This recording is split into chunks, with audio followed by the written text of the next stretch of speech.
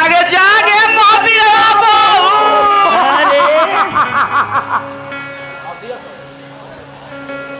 बा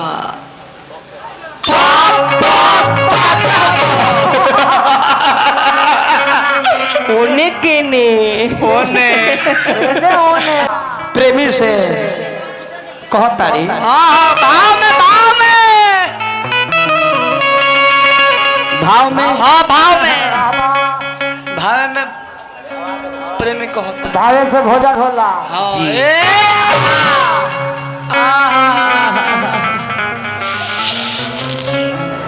35 के खाली बारू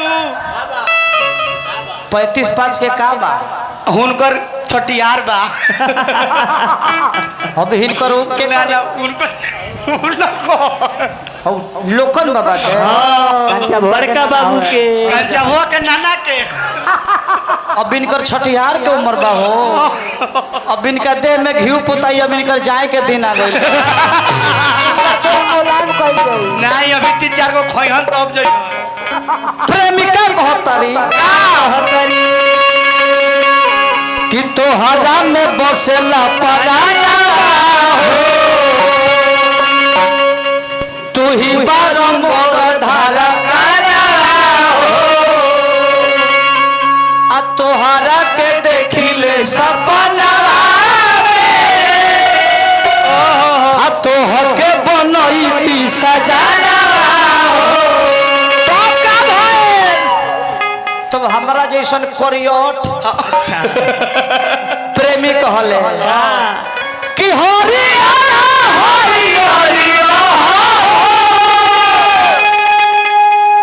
कि हरिया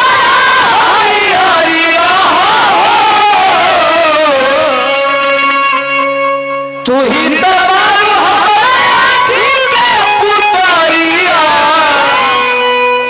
जान हमारा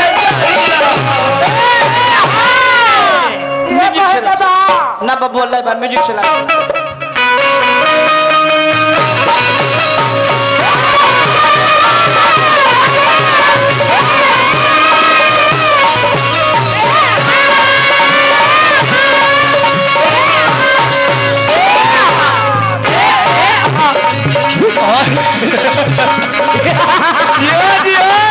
क्या बात है मुर्गा वाले खा मार दो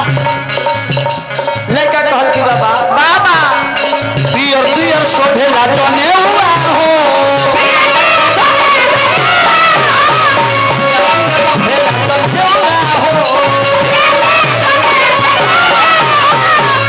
पियर पियर लड्डू चढ़े रहुआ हो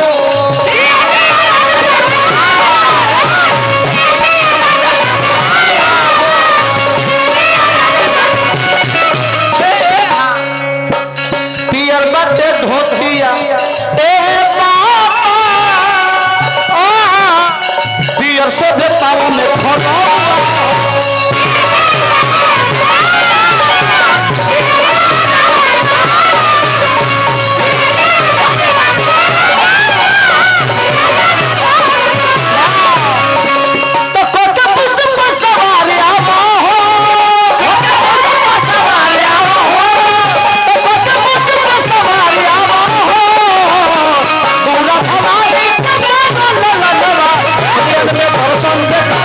में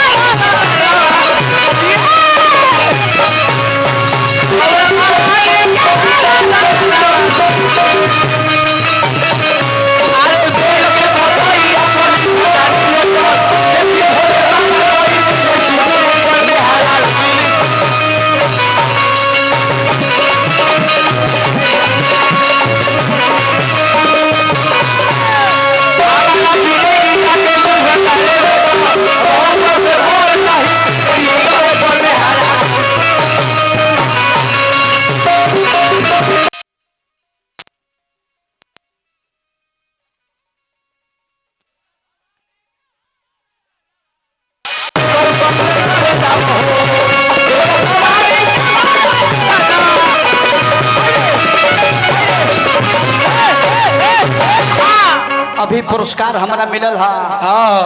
परमादरणीय हमने के शिव मोहन भैया श्री मोहन यादव जी आई कार्यक्रम के विशेष भूमिका यहाँ के बानी बार बार पोल लगी करब हार्दिक हार्दिक अभिनंदन मालिक बना के रखे देखिए ना मालिक हाँ गणेश भगवान के परिवार से हमने के शिक्षा मिलला के अपना माई बाबूजी के पूजा करे के चाहे आना तो जैब हरिद्वार देवघर काशी मथुरा सब जैब माई बाबूजी खुश नहीं खेलो तो सब कुल ही पूजा पाठ बेकार बा ठीक है लेके कहल के बा बाबा कि बाबूजी रौरा में भइल लड़ाई ओही में विराट रूप भइल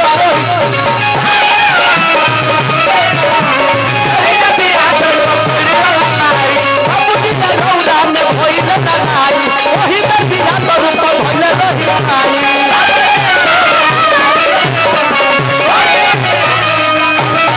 लेके कहल के बाबा